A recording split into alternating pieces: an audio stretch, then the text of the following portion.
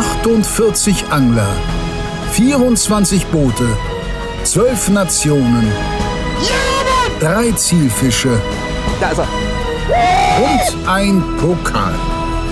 Der YPC Boat 2024 wird euch präsentiert von Adventure in Fishing. I'm Adventure, my life is fishing. Shimano, closer to nature, closer to people.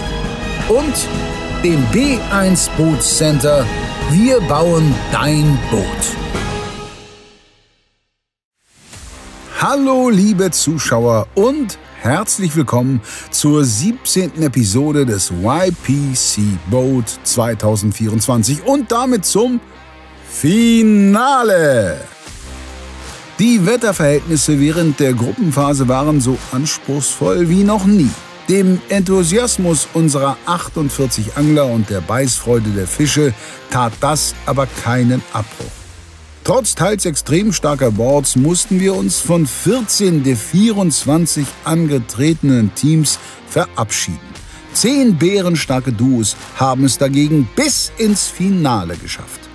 Stroft und Abu Garcia zeigten die besten Vorrundenleistungen. Alle anderen Qualifikanten, einschließlich der beiden Lucky Loser, konnten die Gruppenphase aber ebenfalls mit Scores nahe oder gar jenseits der 700-Punkte-Marke beenden. Während des zweiten Vorrundentages war die Gewässerwahl wegen Starkwinds auf Flüsse und kleinere Seen beschränkt worden. Heute gibt es keine Limitierungen. Die Boote dürfen also auch wieder aufs Volkarak, Haringvliet und Hollandsdieb. Das Finale wird an nur einem Tag über 8 Stunden ausgetragen, die wir auf 3 Episoden aufgeteilt haben. Statt 8 können nur 6 Fische in die Wertung gebracht werden, nämlich je ein Barsch, ein Hecht und ein Zander sowie 3 Bonusfische. Viel länger wollen wir uns auch gar nicht aufhalten. Für das Produktionsteam bedeutet ein Finale mit einer so großen Teilnehmerzahl eine außergewöhnliche Herausforderung im Schnitt. Für uns Zuschauer hoffentlich jede Menge Fisch und für die 10 Teams eine gehörige Portion Anspannung. Denn nie war es in einem YPC-Finale schwieriger, eine Medaille oder sogar den Titel zu holen. Mal sehen, wer mit dem Druck am besten zurechtkommt.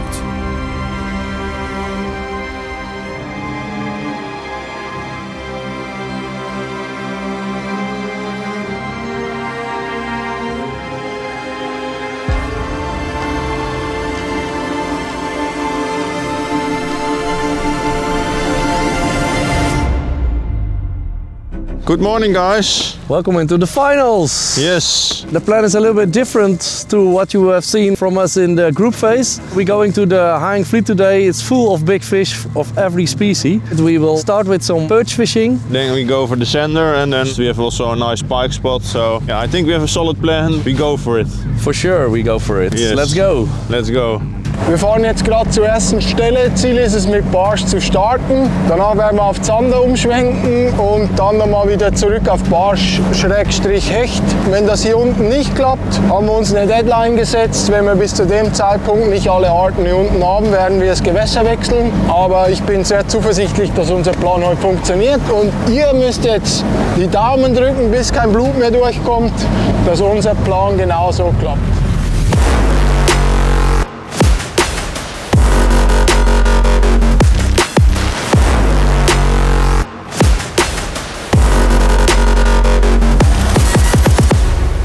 Sascha und ich, wir sind richtig hyped.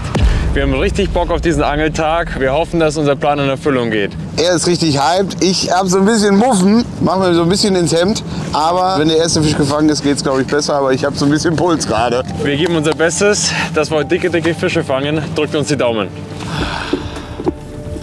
Oh, I'm a bit nervous, man. I'm really nervous. It's do or die today, guys. We go all in for the big ones. There's only one way to win a final like this with so much strong teams. We're very excited. Very pumped up. We want to do this first cast and hopefully we catch one very soon because we have big plans for today.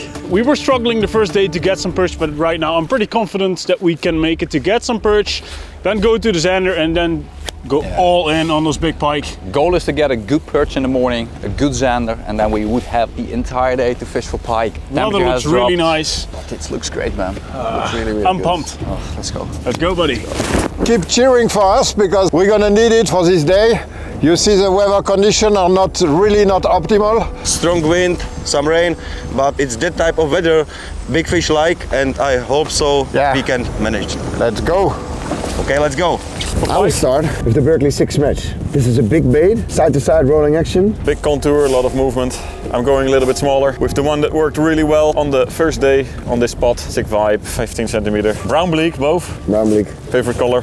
Ich fange jetzt an mit tieflaufendem Wobbler, in dem Fall dem Twitchmaster 95. Ich starte mit Gummifisch, habe hier im Bleak Shad diesen Perch Design, ein bisschen UV-Farbe. Letztlich haben wir so ein bisschen ähnliche Farben dran. Einmal jiggen ganz hart am Boden. Wir wollen in der Früh natürlich gleich den Zander abhaken sozusagen, dass wir da sicher sind. Also tieflaufender Wobbler, falls sie morgens noch auch ein bisschen drüber stehen. Das machen die oft, dass sie morgens noch so Meter drüber, 1,5 Meter über dem Boden an der Kante. Ich sehe auch auf dem Echolot einige Echos 2 Meter über dem Boden. Da ist dann Wobbler. Also ich gehe davon aus, dass da der erste Biss drauf kommt, aber wir wollen alles mitnehmen. This is the Rattling Hornet from Salmo, the 6.5 centimeter. This will go down to like 4.5 meters. That's exactly where we are now. We're in the same spot as we got during the last episode, the nice zander of 73, so let's go for the zander first. Ja. Ich habe Bock zu angeln. Es ist gleich halb, wir können gleich den ersten Wurf machen. Wir haben heute viel vor. Wir werden heute auch noch das Gewässer wechseln. Jetzt geht es erstmal auf Barsch.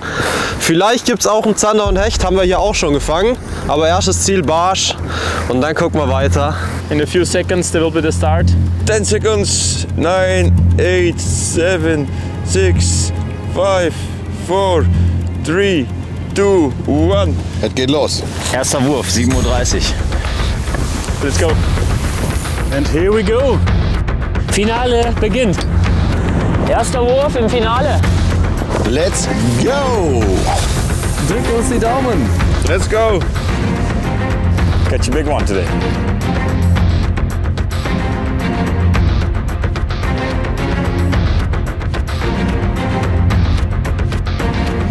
Fish. Yeah? Yeah. First cast. First cast and a fish. Unbelievable. That's not a giant. Yes. Yes. First cast. Unbelievable. Yeah, fish on. Fish on. Big perch. Whoa, what a nice bite. Oh. First cast in the morning again, it's unbelievable. A few days ago we started and on the first cast we had a nice 50 centimeter plus perch. So let's see how big it is. Not bad for a first cast. It's 40. Let's move on. There she goes. That's fish number 1 after 1 cast. So fish on. That's on. There's another one. I'm on the left. This is the best way to start the morning. Oh yeah, it's a big one. Oh, look at this. Wow. Whoa. Whoa. That's a chicken. Yes, guys. Big one. There it is.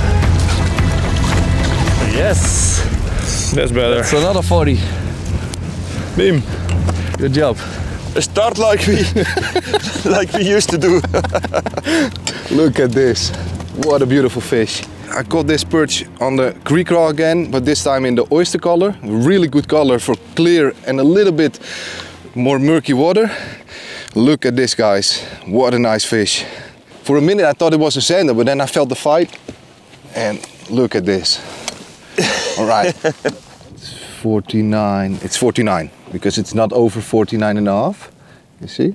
First cast of the morning and a 49 centimeter perch. Beautiful fat fish for this time of year. Caught it again on the creek crawl, on the Carolina rig. And let's put it back and try to catch another one.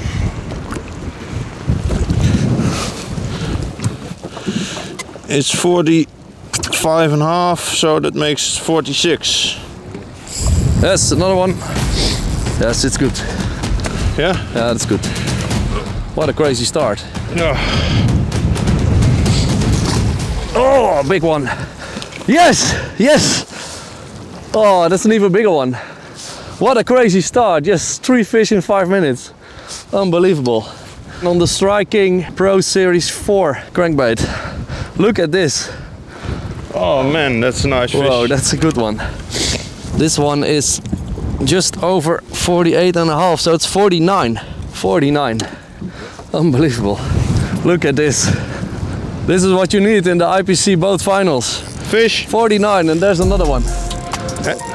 Okay, let's put it quickly back and help Gerald.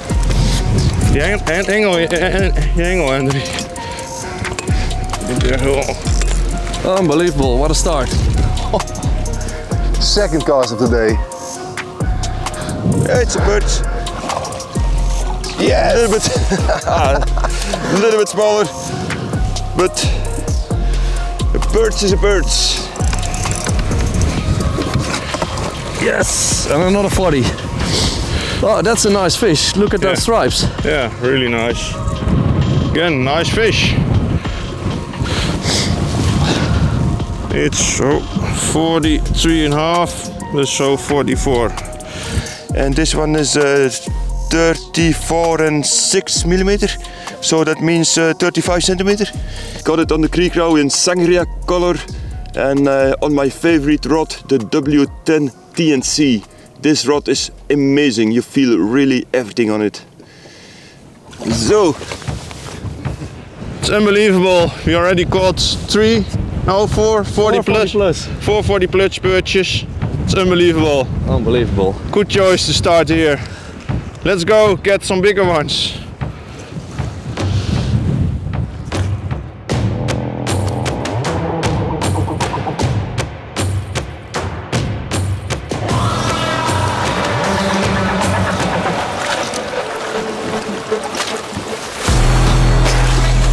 Come on.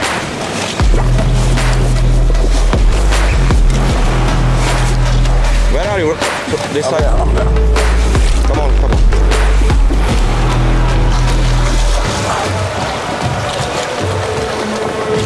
Yes, yes, yes, yes, yes, yes. And it's a tank. It's a tank. Thanks God. Huge pizza. Yes, in this windy condition it's really, really hard. Oh, thanks God. I'm a little bit shaking. Second cast. A little bit shaking. Second cast, man. Second cast, yes. It's a really nice one. Thanks. Let's make it wet for him. And our first fish today is this absolutely beauty with 49. 49, yeah? Okay. Nice perch. Oh, I'm shaking, guys. It's our first fish today. I hope for the other ones. Thank you. Really nice one. Bye bye, my friend, and send me one more biggie as you again. 8 minutes in the game. 49. That's a way to start. That's a way to start, guys. Wir holen einmal kurz Luft. Die Barsche standen bei vielen Teams ganz oben auf der Agenda.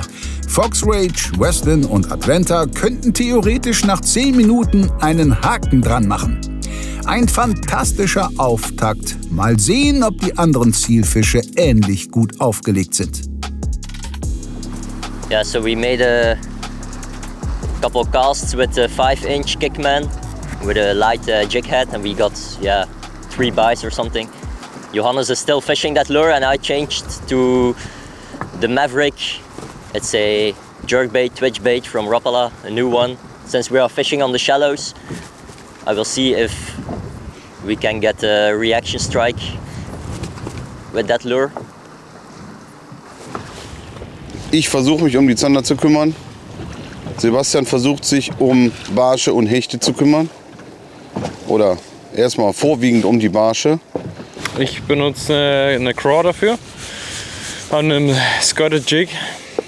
Habe das so hechtsicher geschaltet, dass ich auch einen Stroft Niti davor geschalten habe.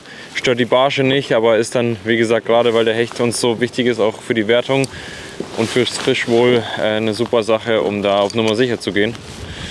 Und Sascha, ja, er fischt den Kuhpaddler, ne? Right. In der Hoffnung, dass das Bernstein von Aude Tonge wieder wirkt. Het is het Bernstein van Oude Tange. Het is een dolle show en een dolle publikum. Ich fische wieder Free Rig mit der Cherry Picker. Markus fischt mit der Liqueo ein Chatterbait, relativ tief. Weil wir gemerkt haben, dass die auch sehr gut auf Chatterbait reagieren oder wir sie vielleicht damit aktivieren können. Wir haben jetzt rechts von uns eine Erhebung, Plateau, links ist die Kante ins Fahrwasser und hier läuft die Kante so ein Stück weiter nach rechts aus. Jetzt schauen wir, ob wir entlang dieser Kante und obendrauf Barsche kriegen. Wir haben auf dem Echolot gesehen, es sind welche da, drumherum standen auch Hechte. Also mit ein bisschen Glück müsste das hier klappen. Wir geben der Stelle nicht allzu lange Zeit, wenn wir hier nicht bald Bisse kriegen, dann werden wir die Stelle wechseln und vielleicht später am Tag hier nochmal probieren. Ja, fish on. Oh, unbelievable, guys. The cast after the 49 centimeter perch, I have another one on. Yes, and the third one. So it's 38 centimeters. I think we will upgrade this one, but it's nice to have already 3 perch in 10 minutes of fishing. So let's put it back and go for another one. Süßer kleiner Zander, ne? Bist gemacht wie ein großer. Aber der erste, naja. Ich glaube aber, das könnte ein bisschen knapp werden. Mindestmaß. Ach ja, guck mal da, Gregor. 43,5, guck mal da. Erster Fisch, ja. Und noch Chance, sich zu verbessern. Der Zander kam jetzt auf den Bleak Shad. Kleiner Tipp, ich sehe häufig, dass Leute in Gummifische sehr, sehr große Jighaken machen. Also das hier ist jetzt ja so ein 12er Gummi und da sehe ich häufig so 5-0er Haken, weil viele glauben, wenn ich den Haken bis hinten durchziehe und der Fisch sich von hinten raufschiebt, habe ich eine bessere Chance, den zu fangen. Das ist aber nicht wahr. Sehr lange und sehr großbogige Haken, die versteifen nur den Köder und vor allem, wenn der Fisch den einsaugen möchte, dann machen die den Köder steif und der lange große Draht, der blockiert einfach nur vorm Maul. Gerade bei Fischen mit kleinen Mäulern. Zander haben ja keine riesengroßen Mäuler und Barsche auch nicht. Also ich habe jetzt hier einen 3-0er Haken drin. Der guckt zwar hier im vorderen Drittel raus, wenn man den Köder sich mal anschaut, aber das reicht vollkommen. Die knicken den so zusammen und dann ist der drin. Und dieser kleine Haken, 3-0 ist ja nicht super klein, der fasst gut. Also da braucht man überhaupt nicht so diese riesen Krampen, sage ich immer dazu. Bei Hecht sind große Krampen sowieso ein Problem. Oben durch die Platte durch und genauso schnell wieder aus der Platte draußen. Kleine Haken fassen da viel, viel, viel besser im Hechtmaul. Birger nimmt seinen Lehrauftrag auch im Finale ernst. Bei Enrico wird schon früh ausgewechselt. Ich wechsle jetzt schon mal den ersten Köder. Ich habe mir hier 2 Sachen ausgesucht. Einmal rot, also beziehungsweise ein rötliches Motor-Oil mit blauen Flakes und hier sowas Transparentes. Das ist Galaxy und das hier ist Motor-Oil Blue. Und jetzt fische ich mal Galaxy, weil der gestern sehr, sehr gut war. Hier mit einem etwas bräunlicheren Skirt und ansonsten schwarz, weil man schwarz auch immer sehr, sehr gut wahrnehmen kann. Also schwarz ist eigentlich auf allen Untergründen immer noch dunkler als alles andere. Deswegen. Aber jetzt probiere ich mal ein bisschen was Unauffälligeres, Transparenteres, weil das hier gestern sehr, sehr gut war bei ungefähr gleichen Bedingungen. Also weniger Wind, aber trotzdem sehr bewölkt. Right now I'm gonna change to a little bit more active style of fishing. We did some Carolina fishing and we only had a couple of small bites. So I just want to check out if we can find a little bit more active fish.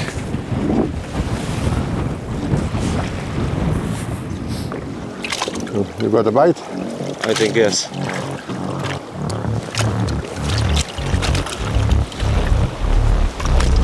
I have one. Yes. Come on. It's a small one, a little bit smaller one, but it's a perch. Here. Yes, man. Yes.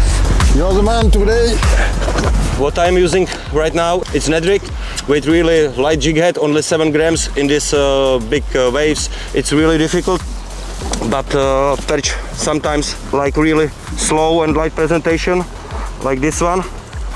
Nice fish, again. Here is 42. Thank you, babe. let's swim.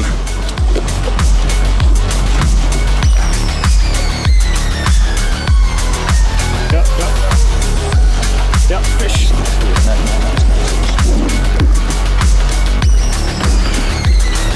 Nice perch. Yeah, boy. Nice. Ah, first fish in the net. Nice. This one took the Savage Gear Craft Crawler. This one's so super effective on the Carolina. And especially because of the small fins on the side, this one has a very nice micro movement in the water. And it always seems to trigger the perch. So let's see what we got.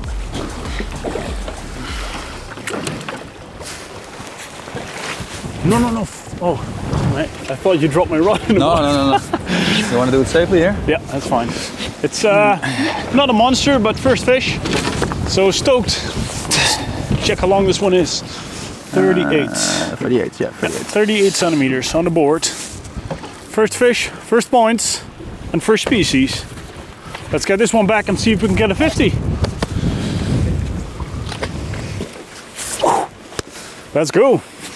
I put my rod on the deck over here and it slipped into the water. Always happens during competition. This is a bit of a shame, but that's plain stupid. Damn. Fuck. Ah, nee.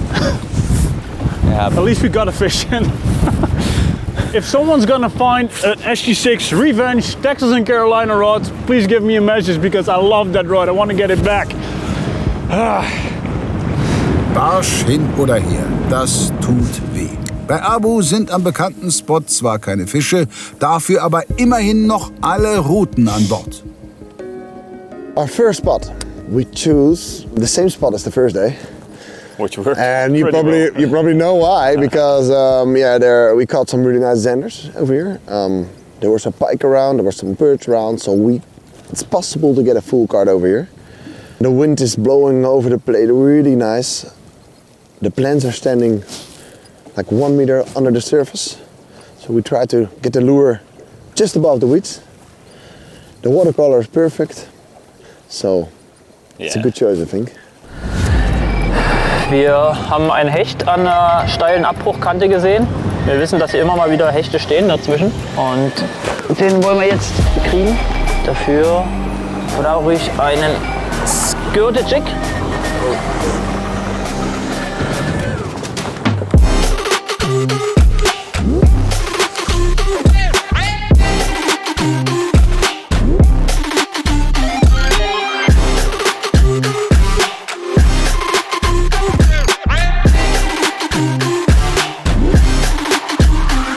Sitzt.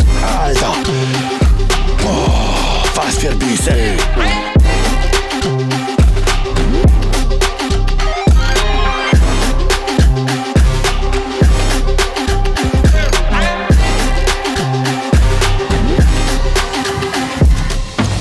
Fisch, guter Fisch.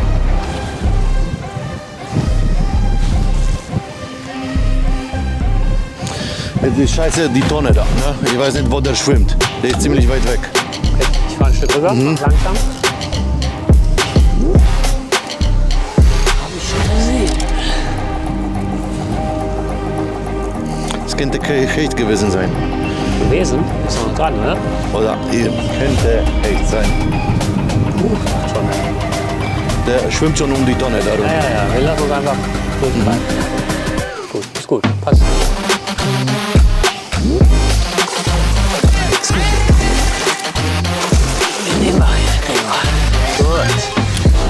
Weg. Jawohl. Twitchmastert.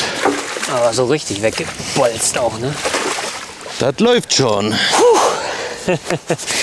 Sehr schön. Guter Start. Oh, guck mal da, aber hat der sich den reingelasert, ne? Oh. Jawohl. Oh, ist gut, ey. 88. 87, 5. Ey, schon wieder Felix Ohr. 88 dann. Okay. Okay, cool. So, dann schnelles Release.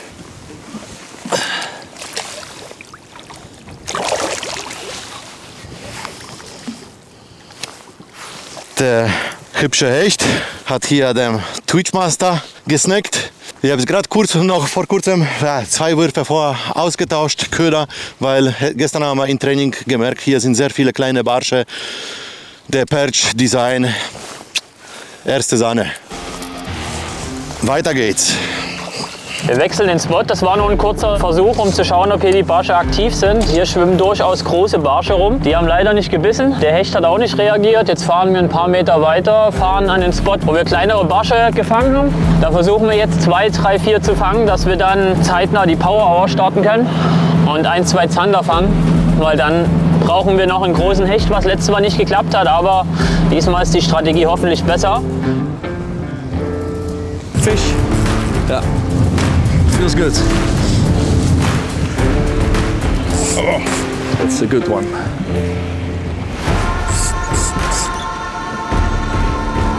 Oh, don't come off, don't come off. There it is. No, it's not a giant, but another 40 plus. Look at this. Really decent fish. 41. So it's a 1 centimeter upgrade. Let's put her back. There it goes. We cast with the wind, we can make long cast, put the rod in the water, then our crankbait will go to 4.5, 5 meters. And there's a really nice structure there with some zebra mussels and difference in water depth between like 4 and 5 meters.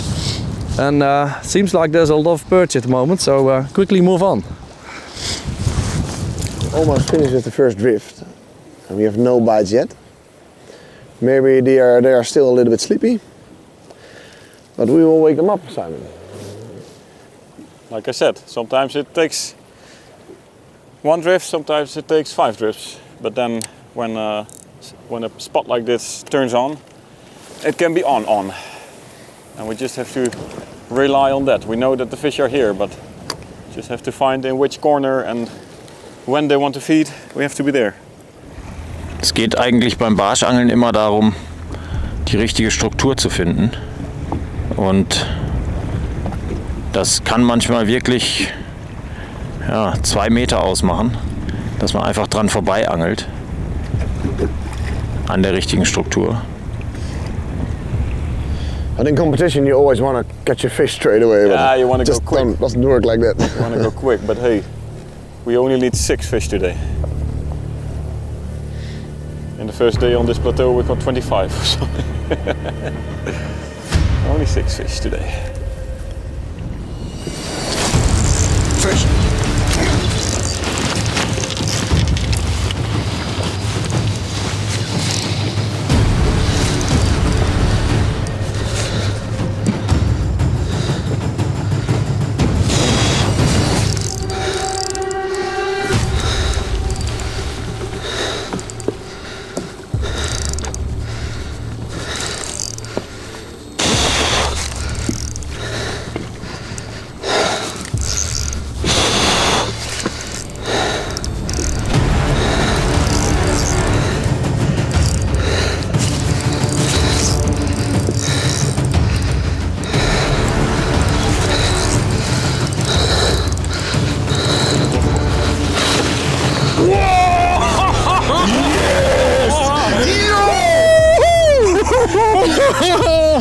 Unfassbar! Er hat's wieder gemacht. Ist das verrückt? Ja! Was ein Fisch! Yes, mein Lieber! Boah, mein Herz! Oh, ich wollte nicht sagen. Ich kack ab! Komm, lass uns den. Ich kann kaum stehen, Mann. Versorgen. Guckt euch den Zander an. Wahnsinn! Noch so eine Kanone. Unglaublich! Die Anspannung. Jeder von uns am Zittern. Wow. Ich habe die ganze Nacht nicht geschlafen wegen dieses Fisches. Unfucking fassbar. Yes! So. Hinten ist über 78. Yes! Booyah! Oh, Mann. Das ist echt nichts für mein Herz, ne? Komm. So wichtig. Oh, ich bin richtig happy.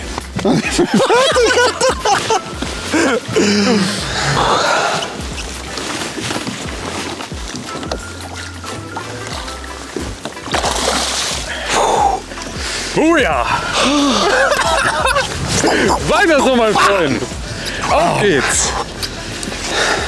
Wollte ich kein Wort sagen, weil ich nur dein Schnaufen und dein Atmen gehört habe. Aber ich wusste, ein Wort und der Sascha kollabiert. Oh, unfassbar. Unfassbar. Was für ein Brett! Sascha beweist erneut sein Zanderhändchen. Und auch wenn es noch früh am Tag ist, diesen Fisch zu überbieten, wird keine leichte Aufgabe für die Konkurrenz. Traumstart für Team Stroft, auf deren Boot sich der Puls allmählich wieder beruhigt. Das Bernstein des Volkeracks hat wieder geliefert. Lieb ich. Zum Zanderangeln nehme ich immer ein FC2 von Stroft in 0,50 oder in 0,60. Wenn ich viele Hechte erwarte, so wie hier im Volkerack kann man viele Hechte erwarten, dann empfiehlt es sich 0,60er zu nehmen. Wenn es weniger sind, zum Beispiel wie am Hollands Dieb, ja, da gibt es auch Hechte, auch hin und wieder mal häufiger, aber dort angelt man gezielter auf Zander und deswegen nehme ich dort 0,50er und das reicht dann auch, wenn da mal ein Hecht kommt, aber danach sollte man es dann auch wechseln. Hier, ich hole mir noch ein paar Fritten ab. Ich habe dich noch nie so zittern sehen. Doch, weißt du doch, in den USA mit dem Schwarzwasser, Alter, da habe ich auch die Hose. Aber gut, da ging es wenigstens um $1 Million, Alter. Hier geht's ja um nichts. Hier geht's ja um nichts. Fisch.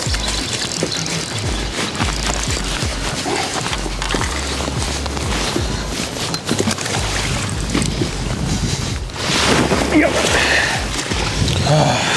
Puh. Noch ein Zander. Kriege ich auf 0,5 da. Also 45.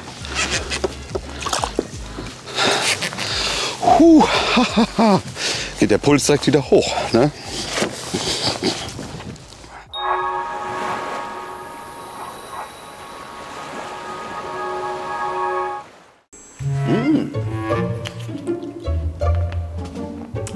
Keine Ahnung, warum man beim Barschangeln eigentlich Kirschenpflücken sagt. Aber egal, wie ihr es nennt, für den perfekten Start in die Barschsaison hauen wir richtig einen raus. Einfach für 80 € beliebige Produkte einkaufen und ein 60 € Barschbundle erhalten oder für 140 € einkaufen und ein Mega-Bundle für 110 € gratis on top bekommen. Also für jeden Geldbeutel etwas dabei. Einfach auf das gewünschte Bundle klicken, Lieblingsdekore auswählen und in den Warenkorb legen. Anschließend für mindestens 80 € oder 140 € einkaufen und mit den Codes SearchThePerch80 oder SearchThePerch140 wird das Köderset anschließend genullt. Pump up your Perch Season, streng limitiert, nur auf hechtundbarsch.de und nur solange der Vorrat reicht.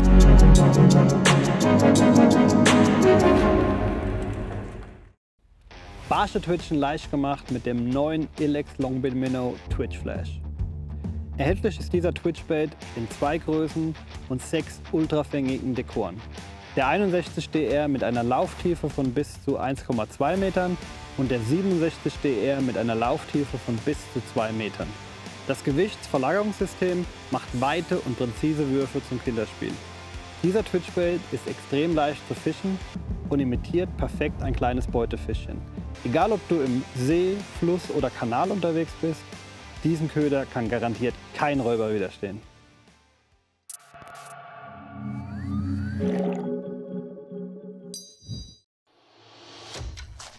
We introduce Adventure fishing and functional clothes for every fisherman. We'll dress you from the north, through the European climate zone to the tropics, from head to toe, from carp fishing to sea fishing. Are you ready for the next fishing adventure?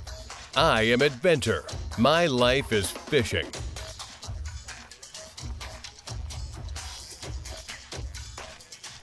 AdventureFishing.com.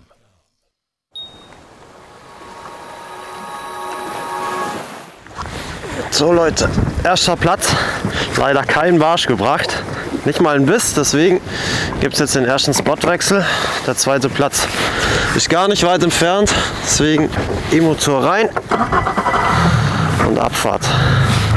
We will move to the other spots and then we go for zander fishing. Yeah, we have to be quick before the sun comes up high, and we think we need some cloudy, dark weather for the zanders as well. So we have to be quick. Yes. Let's go. Let's go. Move on to the zander spot. Yeah, we're gonna go to the zander spot. Sun is coming up, hopefully with a little bit more light later on. There will be some more and bigger perch out here. The goal is to catch one good perch today and one decent zander. Don't want to go all in into pike fishing. So hopefully we get the zander soon and we can do some pike fishing because it looks really, really good. That's just plain stupid. Yeah. This literally has never happened before.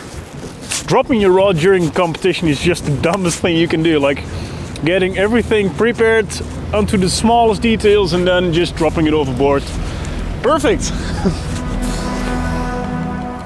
Sun is starting to come through.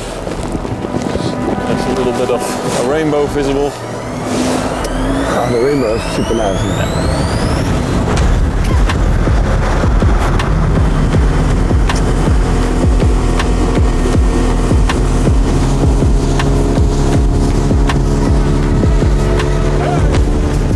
Überhaupt noch nicht auf die Karte geschaut. Das holen wir jetzt nach. Abu Garcia und Westin angeln im westlichen Haringfleet. Adventure, Savage Gear und Fox etwas weiter östlich an der Spui-Mündung. Mit der Fisch und Fang fischt südlich der Insel ein 6. Team auf dem HV. Stroft und LMAB haben auf dem Volkarak begonnen, Bullseye und Rapala auf dem Rhein-Schelde-Kanal. Auf dem Hollandsdieb und auf den Flüssen befindet sich zum Start keines der 10 Teams. So we moved to spots. We are on a plateau, and there's yeah, I got a fish. It was a small perch, I think. But the fish is all spread out on the flat, and there's a little bit of structure as well, some drop-offs. We just cast this area out with the 5-inch Kickman and light jig heads, 8 grams, 10 grams. I just had a small bite, I think it was a small perch. But there must be zander as well. Yeah. Perch? No, I think maybe could be perch. I was just reeling in. It's not that big. It's not that big, but it's points. Could be zander, small zander. Oh no, it's a perch. So, first fish is in the net. Caught on the 5-inch Kickman. And it's a 39. 39. First fish of the day. Let's release him. Bloops. And off it goes. Let's continue to the next one. A little bit more light on the spot. The fish will see the bait better. Yeah, maybe it activates them as well. Time to wake up. Wakey, wakey. Big pike, big zander, big perch, whoever you are. Rise and shine. Time to rise and shine. Yeah. Let's follow up. Thank you. You're welcome. We are on our second spot for today. Good thing it's nobody is around us. We have space as we need, and I hope so. Some big perches are waiting for us here. It's really difficult. We need to, those perch are targeted by many fishermen, and our strategy is to go finesse. For that, we have adjusted our line. We went down to 0.06 in diameter for braided line. Very thin leader. That's the only way we can fish in the wind in this situation, and go down to 5 grams in like 5 meters of water, between 3 and 6, depending on where we stop. So very finesse approach, really slow moving on the bottom. This is the most important thing, guys. When you're fishing like this, you can jump high as well. Some fishermen to recognize you jumping high as possible, but in this type of fishing it's absolutely counterproductive. You must jumping slowly and straight on the bottom only, and big perch like this way. Der bisherige Barsch-Score gibt Jan jedenfalls recht. Bei Sean und Hugo scheint währenddessen der Geduldsfaden gerissen zu sein. Die Big Baits werden montiert. Casting the 32 centimeter roach. This is the shallow version. Using the new SG6 Alpha rod. Has a casting weight of a whopping 600 grams, so it's perfect to cast this 400 gram bait. Hugo's using the pole steel. Yeah, I'm fishing with a pole steel. So what we're trying to do is try 2 different baits. This pole steel might also be suitable for getting big zander, and we know that there's also some big zander on the shallows. So yeah, trying 2 different baits, 2 different actions, and it usually results in some bites. So we're gonna give it a try. Do a quick change because it's a little bit shallower here. So I went back from the 5 to the 4. This one runs like a half a meter shallower, and that's better because it's like 4.5 here. Same color, the sexy shed.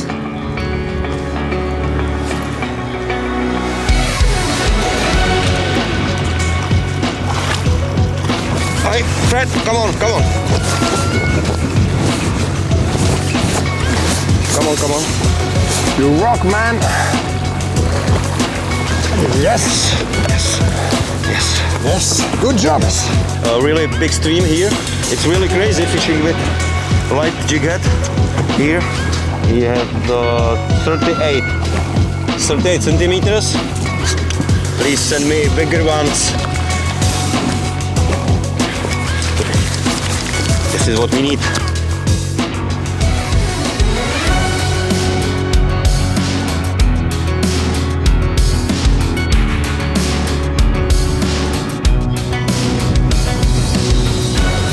There's fish. Yeah? Yeah, fish. Oh, was really slow bite. No, it's still on. But it was a really slow bite. I think it's a good size.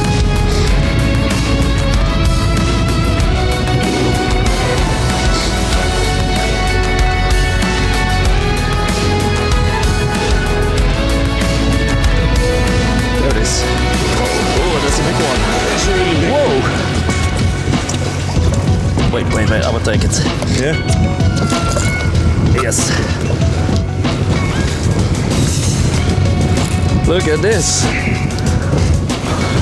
That's a giant, just left from the buoy. There, the scale, it's still wet from all the other fish. And let's see how long this one is. Fish. Fish? Oh, it's a giant, it's a 52. 52? It's a 52. Kun je net klaarleggen? Unbelievable. There's the nut for you. Yeah. Oh, dat. Take moet even met z'n tweeën op de foto. Yeah, that's nice. Take those two. Look at this in the beautiful sun. Let's put it back. There she goes. Okay. Yes, report it. It's 50.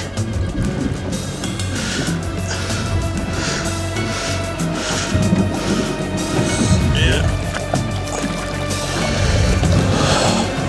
Amazing.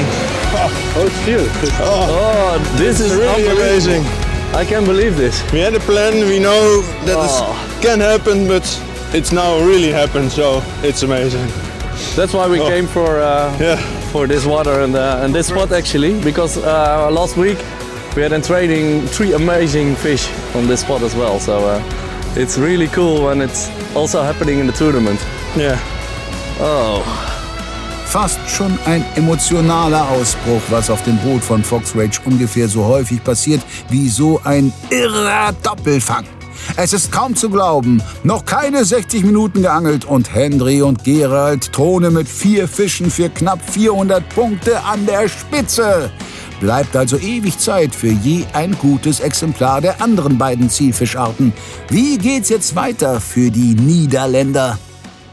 So our smallest perch from 4 is now a 46, and that's already really good. So now we will make a couple casts and then we quickly go for the zander, because we also need the zander and the pike. Without that, it's useless to have those big perch. But this is a really good start. and let's go find another one. Und jetzt halt ein Buttercraw drauf. Der ist ähnlich wie der, hat nicht so viel blauen Glitter, aber trotzdem transparent und trotzdem so eine leicht rote, rosane Note. Finesse Filet Craw hat hier so abgeräumt die letzten Tage, ist Wahnsinn. Aber die letzten Tage zählen im Turnier leider nicht. Heute ist heute und heute zählt's. Also obwohl wir ziemlich starke Strömung haben, versuche ich weiterhin mit dem 7 Gramm zu angeln. Ich habe auch eiskalte Hände, weil die schön feucht waren heute Morgen. Jetzt der Wind da drauf knallt. So, einmal rüber. Dann hier den Skirt an die Seite packen. Und immer von hinten schieben ist wichtig, dass ich dann das Gummi vernünftig auch über die Widerhaken an dem Schenkel drücken kann. Das sieht super aus. Gestern haben wir einen Barsch gefangen, da guckte die Schere aus dem Arschloch raus. Ein Barschloch? So ein Stück. Guckt die Krebsschere da raus. Junge, ja.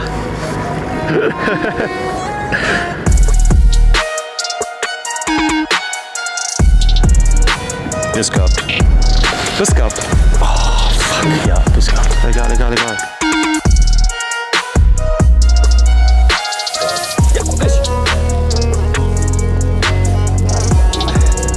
Sander. Must be a Sander.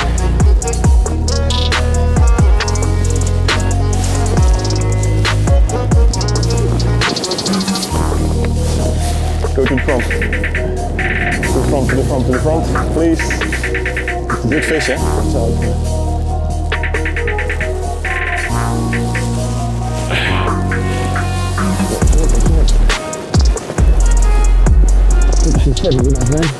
Oh, he's strong. Yes! Yes! Nice, man! Yes! Yes, well done, man. Hoppa! Okay, I'll take this fish. You continue the fishing, man. Great job, Simon. Finally, man. It took a long time, huh? Ah, so much tension, so much nerves. It's so exciting. This is why we love to fish the YPC boat. It's really, really crazy.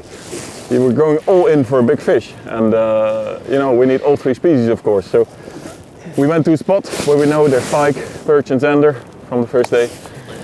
And the zander is already in the net. Species number 1, let's get it out. There he is, look at that. Super nice shallow zander. Totally inhaled. That little 15 centimeter Berkeley Sig 5, brown bleak color. Sig 5, awesome lure for all kinds of fish. Let's see how much points this one brings. 70.5. Oh, nice. First fish, first bite. 71 centimeter zander. Awesome in the first light of the day. Such a hard take. I love it, really love it. Yes, Simon. Great job, man. That's the one we needed. Beauty. Beautiful zander. Up. There he goes. That's number 1. That's number 1. Quickly, let's continue for number 2. Abu bringt sich in Position. Starker Auftakt, Zander, nachdem nun nur noch 2 Teams auf ihren ersten Fisch des Tages warten. LMAB und Bullseye. Mit dem Bootsverlauf ist echt gut jetzt, ne? Also wir haben bestimmt 20 Minuten auf jeden Fall Ruhe, ne? Im Moment ist eine Weile Ruhe, ja. Schauen wir noch mal, ob wir sie schnell aktivieren können. Wir haben jetzt ja eigentlich jede Stelle mit Jetter und Rig ausgefischt. Mal wollen sie es ganz langsam am Rig, mal wollen sie viel Aktion und Radau mit dem Chatterbait. Aber so ganz aktiv sind sie auf jeden Fall nicht. Wir stehen jetzt hier gut im Fisch, aber beißen tun es noch nicht. Es ist häufig so halt eine Zeitfrage. Die Barsche mögen es oft, dass ein bisschen Licht auf dem Wasser ist. Vielleicht aktivieren es dann noch. Wir werden es rausfinden. Hier raus nochmal einen Wurf, weil da jetzt ab und zu was kam. Ah, das ist halt tief, ne? Ja. Fisch, Fisch, Barsch, Barsch. Guter Barsch, guter Barsch, guter Barsch.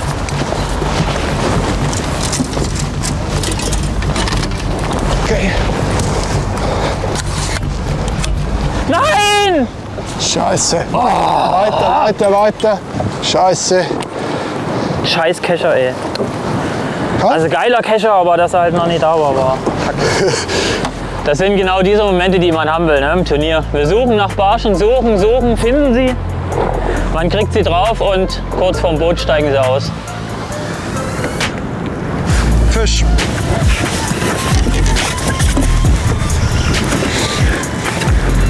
Dicke Barsch.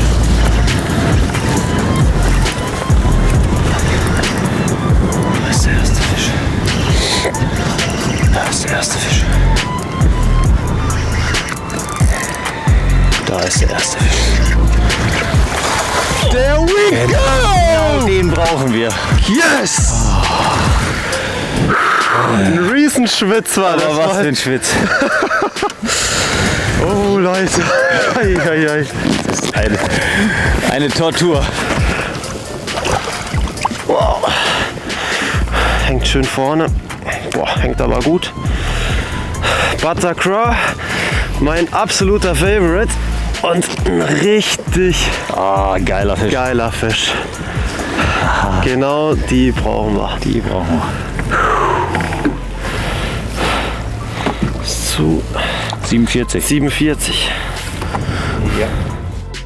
Bullseye verpasst die Großchance. Bei LMAB allerdings ist man zur Stelle. Murmel eingenetzt und Johannes zeigt einmal mehr, dass er nicht nur die schwere Angelei, sondern auch das Finesse-Game gut beherrscht. Punkte sind eben nicht alles. So Leute, kurzes Wort noch zur Montage. Fisch hier ein Zerik. Oben eine kleine Perle, die ist eigentlich nur dazu da, dass das Blei während des Wurfs nicht über den EFG-Knoten rutschen kann. Dann unten noch eine kleine Perle, ein ganz kleiner Swivel, Größe XS. Dann 0,25er Fluorocarbon und da dran habe ich noch eine 6 Kilo Stahlspitze direkt angeknotet, dass wir hechtsicher unterwegs sind. 1er Gamakatsu und 7 cm Finesse Filet Craw, Butter Craw. Und damit geht es jetzt weiter. Und hoffentlich gibt es nochmal den einen oder anderen Barsch. Okay guys, nothing more. What happened here? We change our spot again and hope we find the next big perch here. Because it's really what we notice is that immediately we get the active fish, and after they start to get spooky a little bit, and then we get like a really short bite, almost impossible to set the hook. So now it's a little bit gun and run. Try to get a shorter time on the spot and only focus on active fish. We must find them. Yeah. Let's go. Yeah, fish on. Goeie? Yeah, no. It's moving. Unbelievable. A few days ago we only got 50 plus perch here, and today the small ones are here. Even though it's a small one, we're still gonna measure it. Maybe we need it, so let's see how big it is. 29 centimeter. Smallest perch on this lake ever. That's also a PB. Let's put it back. So it's gonna be the last cast for Xander right now, because we see a rainbow and we might think that there's gold at the end of the rainbow. So all in for big pike, guys. Oh, there's another fish. Yeah? Yeah. I think this is pike. A pike? Yeah, I think. We're just planning to leave, so this was my final cast just in the other direction. Oh, it's an asp. An asp? It's a big asp. Yeah, it's huge. What do we hear? Oh. Oh, it's in the trolling engine. Fuck. Whoa, what an asp.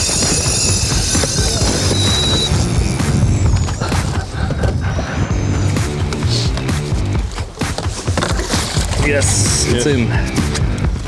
There it is. Look at this. That's a serious asp. Whoa. Whoa. Was a really hard strike. 82. It's not counting, but it's a really fun fish to catch. I think it's my personal best asp. There she goes. My PB asp. Not bad. Let's go to another spot.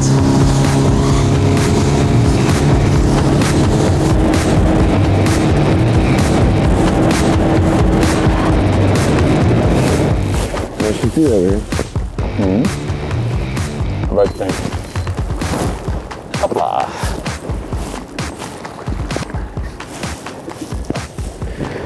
Okay, my friend, take another Xander. I'll try to get another pike. To get a pike. That pike. The first of the day. The first of the day. But we get bites.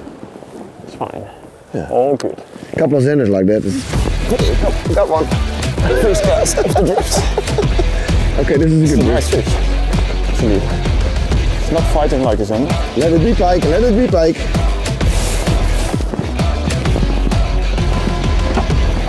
That could be a Xander as well. It was a different kind of bite. Big one? No, it's fine. Xander. A little bit smaller. But we take it. That's number 2, guys. You see the rainbow behind us? They say there's a pot of gold under the rainbow. Well, there it is. It's our spot. 67, yeah? So that's number 2, guys. 67. A little bit smaller, but whew, alive and kicking. Let's release it quickly, yeah? Nice fish. Good. There he goes. Up. And gone. Nice, that was quick. Come on, Simon, get another one. Fast. Report the fish, get the lure out of the net. Oh shit. No, you first get the lure out of the net. If you get a fish, it needs to be ready. First cast of the drift. Bang! Crazy. Okay, we just prepare here. We're at the spot for the power hour. Yes. Pelagic fishing. We get the screens ready. I already have the rod ready. This is a nice, the Slick Shed V-tail, rigged with a Quantum pelagic jig head, the 80 grams. So a really nice setup. I caught some nice Xander on yesterday, so hopefully we can repeat that. I will put the live scope on the boat and then we can put it on and start the power hour.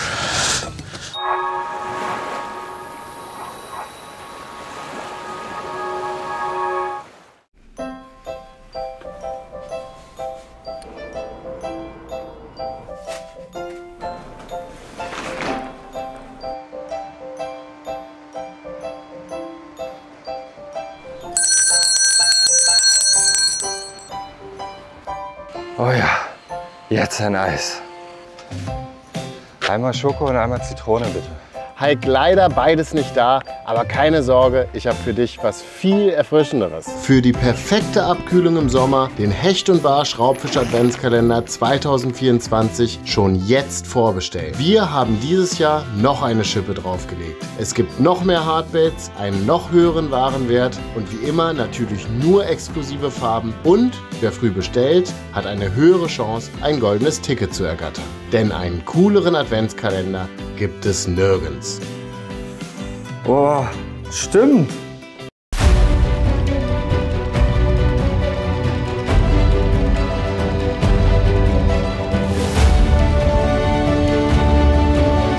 Jetzt ist die beste Zeit für dein Boot. Sichere dir jetzt dein Traumboot zu attraktiven Sonderkonditionen und spare bis zu 5.000 € auf ausgewählte Komplettangebote. W1 Boat Center. Willkommen an Bord.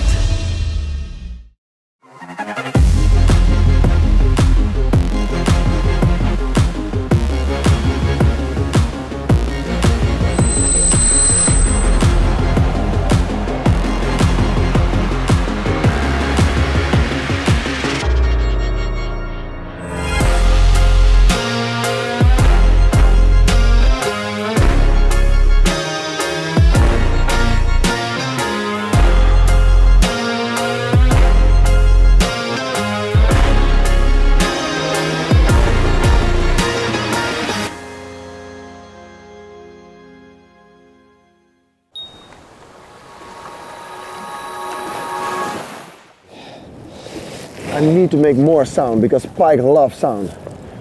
We're gonna try to attach the beast instant spinnerbait.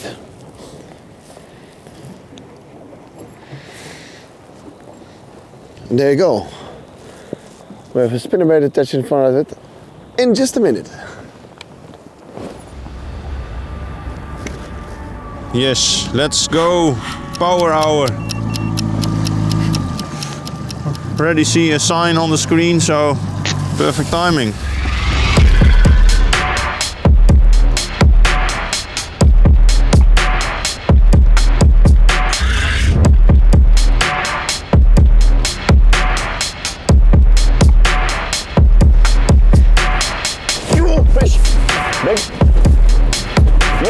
good fish. Yeah? Zander. Zander as well? That's a zander. Sure, I flipped it over with this one. First cast with the spinnerbait on. Yes, sir. That's a good one. Take it. Great. Good man. Oh, that's a good zander, man. It's definitely a good zander. Yeah, well, as you saw, I changed the instant spinnerbait and I got a bite straight away. And I was hoping for a bite, but it's a zander as well. Oh, that's also 70. That's a good one, huh? Right? Really nice fish. Could be around 70. Could be around 70. On the Berkley 6 smash, side to side rolling action, instant beast, spinnerbait on it. Big fish. Hook is out. Touching the front. Also 71. Yeah, I cannot make it bigger like that. It's 70. Oh, that's a hop over here. They're so beautiful. Look at that back, man. It's super fat. Let's release it. Thank you, my friend. Now we want a pike. Also im nationalen Vergleich führen bisher ganz klar die Niederländer. Fox Rage dominiert bei den Barschen, Abu bei den Zandern. Damit liegen Simon und Jelle im Durchschnitt ebenfalls bei über 90 Punkten pro Fisch. Entsprechend die Stimmung auf dem Boot. Zander! Da da da da da da da. Fisch. Oh, oh. Hoffentlich ein Zander, Alter. Hoffentlich ein Zander. Ich hatte gestern noch einen drauf hier. Also ein Barsch ist es nicht. Nee, Zander oder Hecht. Wow. Wow, wow, wow. Ganz großer Hecht. Ja, ist egal, wenn der rauskommt. Ich glaube, wir müssen hinterher. Glaubst? Ich pack mal die Rute ganz zur Seite.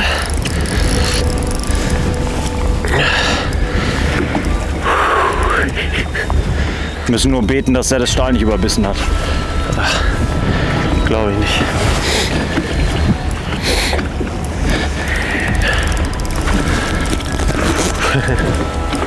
Es wird's warm. Riesenfisch. Ja. Riesengroßer Fisch. Der ist so groß, dass wenn wir den fangen, brauchen wir nicht mehr auf Hecht angeln.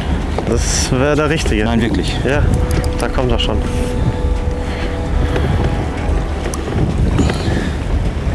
Was ist das? Zander quer gehakt. Hau ab. Nein. Genau das, was man nicht braucht. Nein.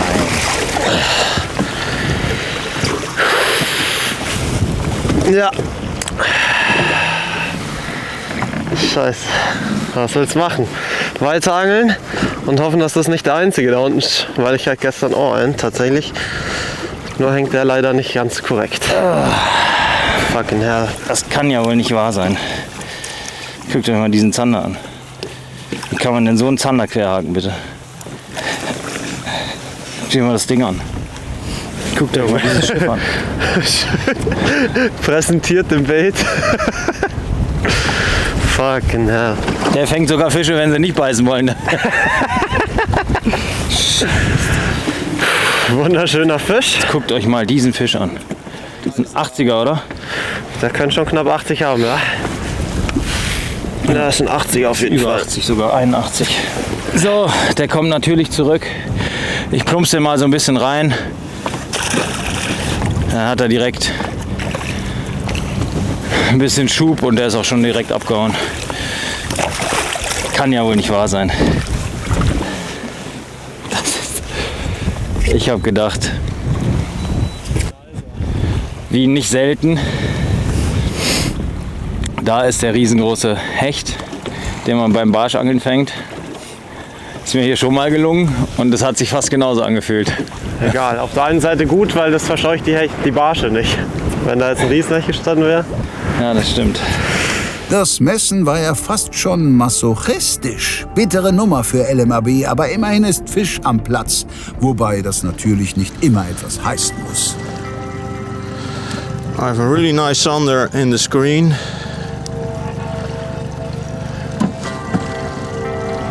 There he comes. Ah, he only went away. That's a pity. I think it's a zander. Yeah, it will be a zander. If it's a zander, it could be gone. Or a big perch.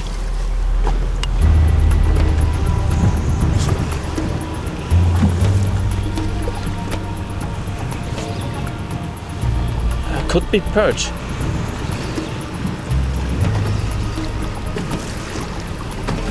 It's here, it's here, it's here, it's here. Ah, zander, but not even that That's bad. good. We need a zander. Yeah. Good. Okay. Again with the white Kickman from the Rapala Crush City series. I love the white soft baits. Oh, it's a 60. 63. 64. Yeah. And now let's put it back like this. Oh, that was a fast one. Okay, perfect. One perch, one zander. Now we have to improve and yeah, catch a few more fish.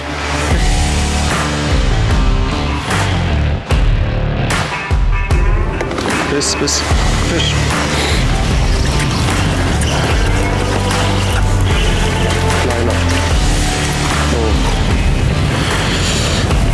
Wer ist näher? Er ist auf jeden Fall ein Barsch. Der Hammann, leider nicht die Größe wie vorhin, aber erstmal ein Wertungsfisch auf jeden Fall. Und ein schöner 30er, die kenne ich auch vom Bodensee. 31. 31? 31er. Wahnsinn. Er ist ein 31, ey, der verpetzt uns. Er ist ein 31er, Junge.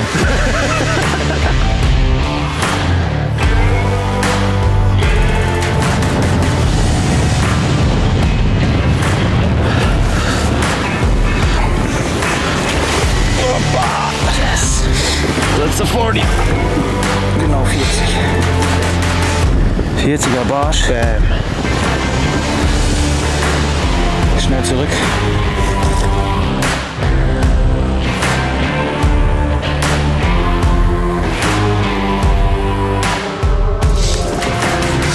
Ja. Fish on. Not a really giant, but it's a fish. It's a zander. Yes. Oh, heb je hem? There it is. Yes. Nice 60 plus zander. Nice. Yes. Very nice. On the 20 centimeters slick shed. Nog een shed terug. There it is. Yes. Perfect. It's 65. 65. Just over 64 and a half, so 65. That's a decent start, Gerald. Yes. It's a pity that the other one didn't bite. That was a really good one. Gerald is fishing again because it's power hour. We have to take every minute. I will show his fish. 65, a nice zander. There she goes. Yes, that's the zander on the board. We really needed that one after those beautiful perch. And now we also have the zander, and I think we have a good plan for the pike as well, so I'm pretty confident about that. We found a nice area with a lot of them, so this is an important fish, Gerald. Yes. Good job. Fast schon Formsache. Hendry und Gerald streichen den obligatorischen Power-Hour-Zander ein und grüßen mittlerweile von ziemlich weit oben. Für valide Prognosen ist es zu früh. Trotzdem ist es jetzt schon sonnenklar. Unnötig Zeit vertrödeln darf die Konkurrenz hier nicht.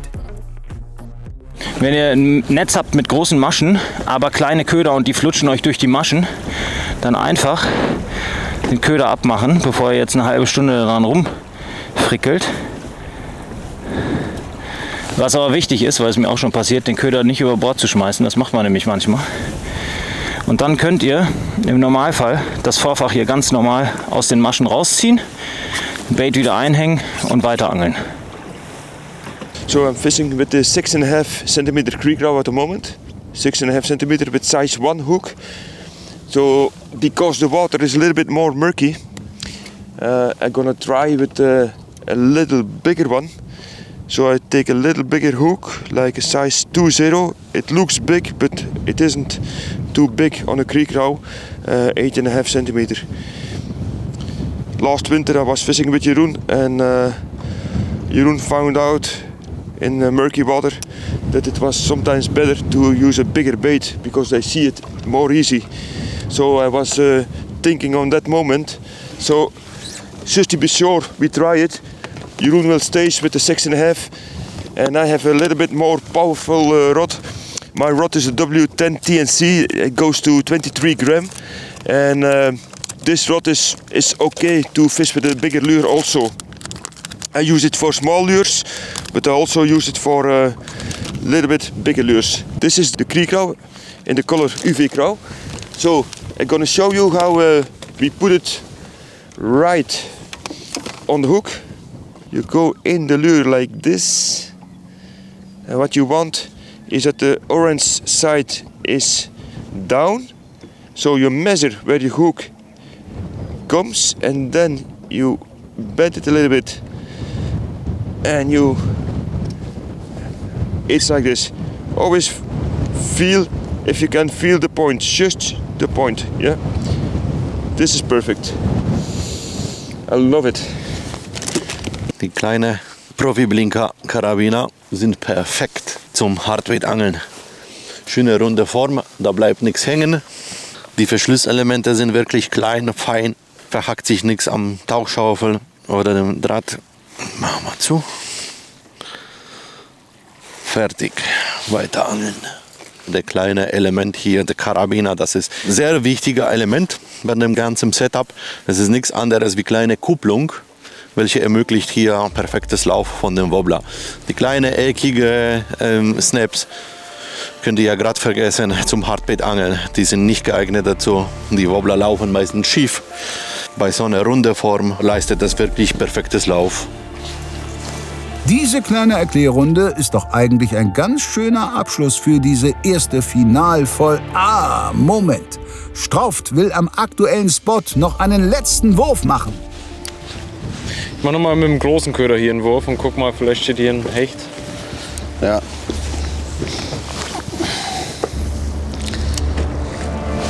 Fisch, Fisch! Oh, Alter, beim Absinken.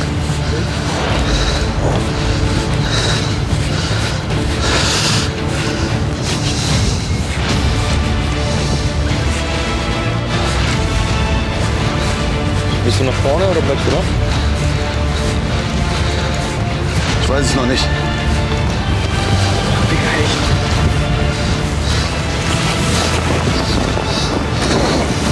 Ja. Tut ihn ein! Yes!